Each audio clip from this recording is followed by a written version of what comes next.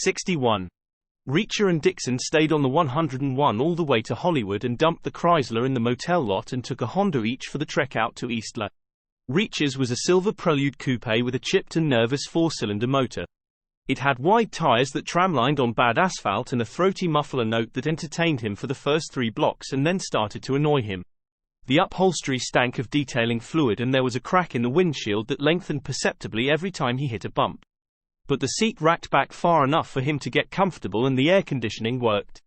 Altogether not a bad surveillance vehicle. He had driven far worse, many times. They got a 4-way conference call going on the cell phones and parked far from one another.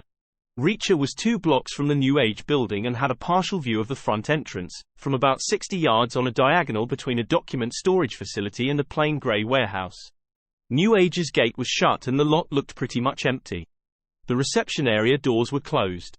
The whole place looked quiet. "Who's in there?" Reacher asked. "Maybe nobody," O'Donnell said. "We've been here since 5 and nobody's gone in." "Not even the Dragon Lady?" "Negative." "No receptionist?" "Negative." "Do we have their phone number?" Neagley said, "I have their switchboard number." She recited it and Reacher clicked off and thumbed it into his phone and hit the green button. Ringtone. But no reply. He dialed back into the conference call. "I was hoping to follow someone over to the manufacturing plant." "Not going to happen," O'Donnell said. Silence on the phones. No action at the glass cube. 5 minutes. 10. 20. "Enough," Reacher said. "Back to base. Last one there buys lunch." Reacher was the last one back. He wasn't a fast driver. The other 3 Hondas were already in the lot when he got there. He put his Prelude in an inconspicuous corner and took the suitcase of stolen guns out of the Chrysler's trunk and locked it in his room. Then he walked down to Denny's. First thing he saw there was Curtis Morney's unmarked car in the parking lot.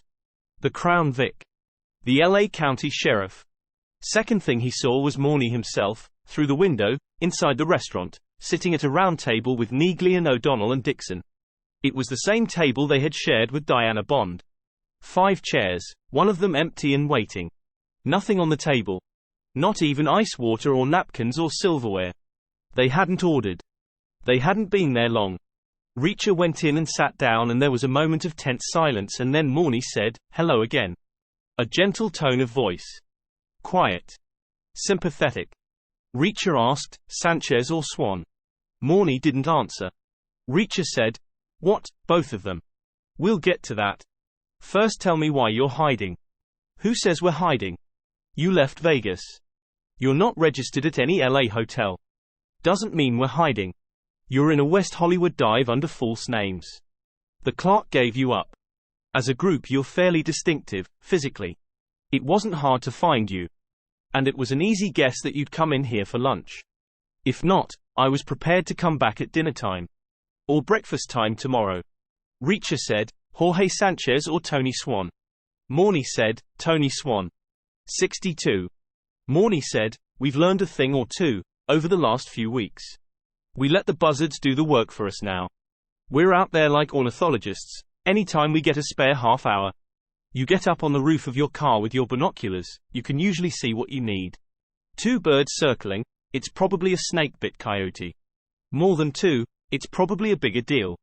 Reacher asked, "Where?" "Same general area." "When?" "Some time ago." "Helicopter?" "No other way." "No doubt about the ID?" "He was on his back. His hands were tied behind him. His fingerprints were preserved. His wallet was in his pocket." "I'm very sorry." The waitress came over. The same one they had seen before. She paused near the table and sensed the mood and went away again. Morney asked, "Why are you hiding?" "We're not hiding," Reacher said. "We're just waiting for the funerals." "So why the false names?" "You brought us here as bait. Whoever they are, we don't want to make it easy for them. Don't you know who they are yet?" "Do you?" "No independent action, okay? We're on Sunset Boulevard here," Reacher said. "Which is LAPD turf.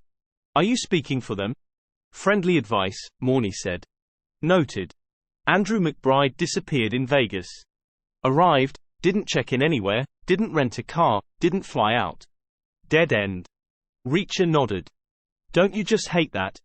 But a guy called Anthony Matthews rented a U-Haul. The last name on Orozco's list. Morny nodded. Endgame. Where did he take it? I have no idea. Morny slid 4 business cards out of his top pocket. He fanned them out and placed them carefully on the table. His name and 2 phone numbers were printed on them. Call me. I mean it. You might need help. You're not up against amateurs here. Tony Swan looked like a real tough guy. What was left of him? Morny went back to work and the waitress came over again 5 minutes later and hovered. Reacher guessed no one was very hungry anymore, but they all ordered anyway. Old habits. Eat when you can, don't risk running out of energy later.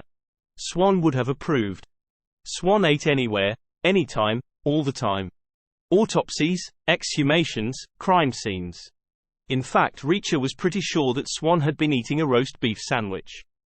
When they discovered Doug, the decomposed dead guy with the shovel in his head. Nobody confirmed it. Nobody talked at all. The sun was bright outside the window. A beautiful day.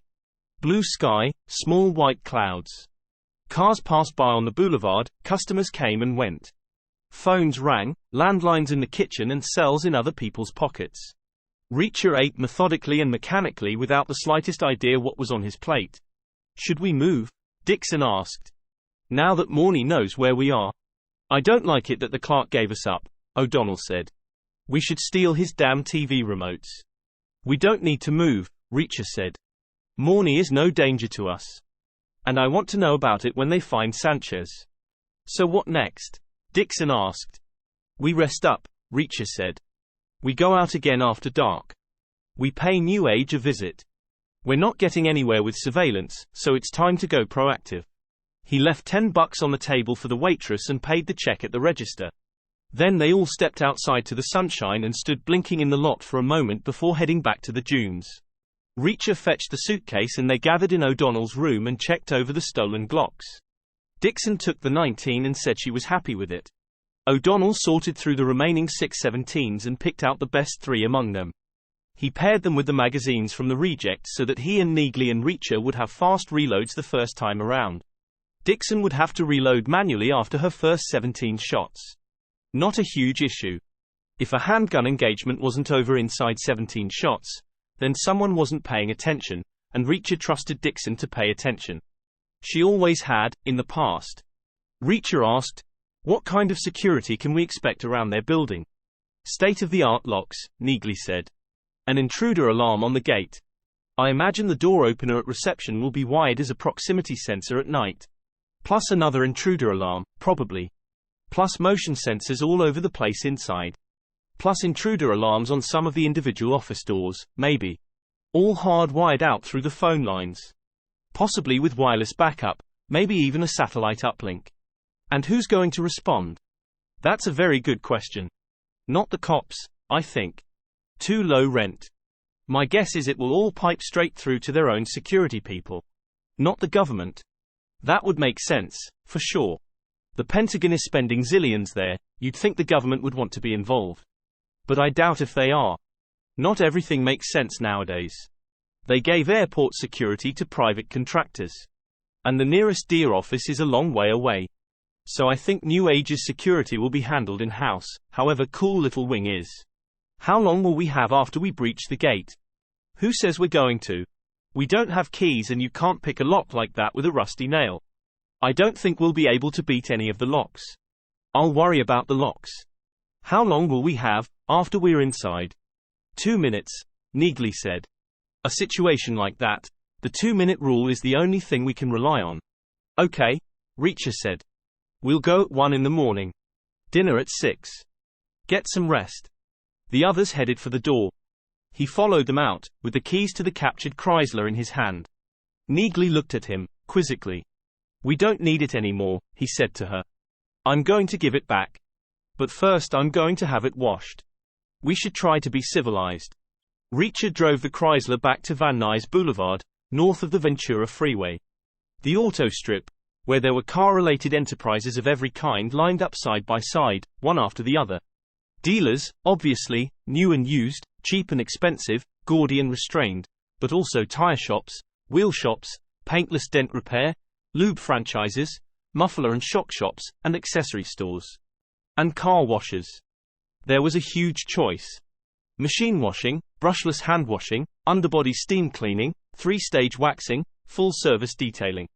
He drove a mile up and a mile back and picked out 4 places that offered everything. He stopped at the first of them and asked for the total treatment. A swarm of guys in coveralls took over and he stood in the sun and watched them work. First the interior was vacuumed out and then the whole car was dragged through a glass tunnel on a moving chain and was sprayed by a sequence of nozzles with water and all kinds of foams and fluids. Guys with sponges washed the sheet metal and guys on plastic steps lathered the roof. Then the car passed under a roaring air dryer and was driven out to the apron, where other guys waited to attack the interior with aerosols and rags. They went over every inch and left it gleaming and immaculate and damp with oily residue. Reacher paid and tipped and pulled his gloves out of his pocket and put them on and drove the car away. He stopped 100 yards farther on, at the second place he had picked out, and asked for the whole process to be repeated all over again. The receptionist looked puzzled for a second and then shrugged and waved a crew over. Reacher stood in the sun again and watched the show. The vacuum, the shampoo, the interior, the aerosols, and the towels. He paid and tipped and put his gloves back on and drove back to the motel. He left the car in a corner of the lot, in the sun, where it would dry. Then he walked a long block south to Fountain Avenue.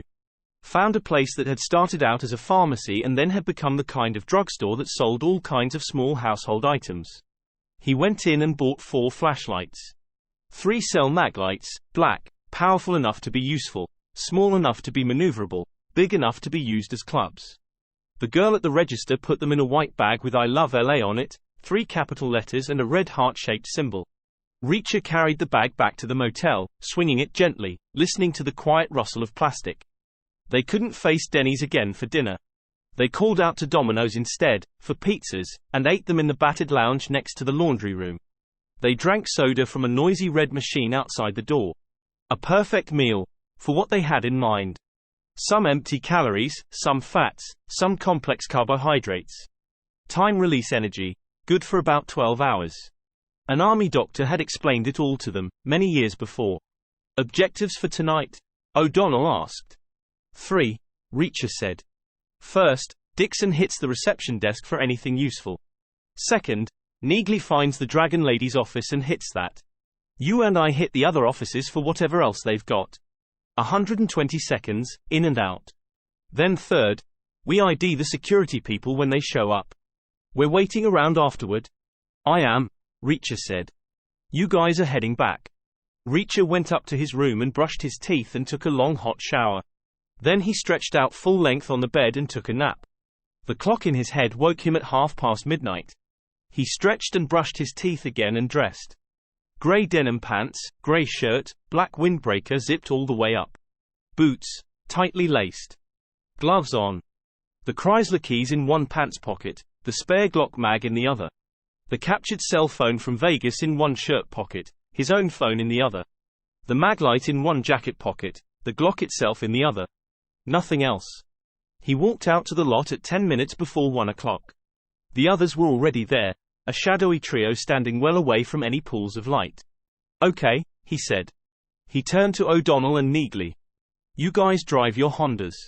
He turned to Dixon. Carla, you drive mine. You park it close, facing west, and you leave the keys in for me. Then you ride back with Dave. Dixon said, Are you really going to leave the Chrysler there? We don't need it. It's full of our prints and hair and fiber. Not anymore. A bunch of guys up on Van Nuys just made sure of that.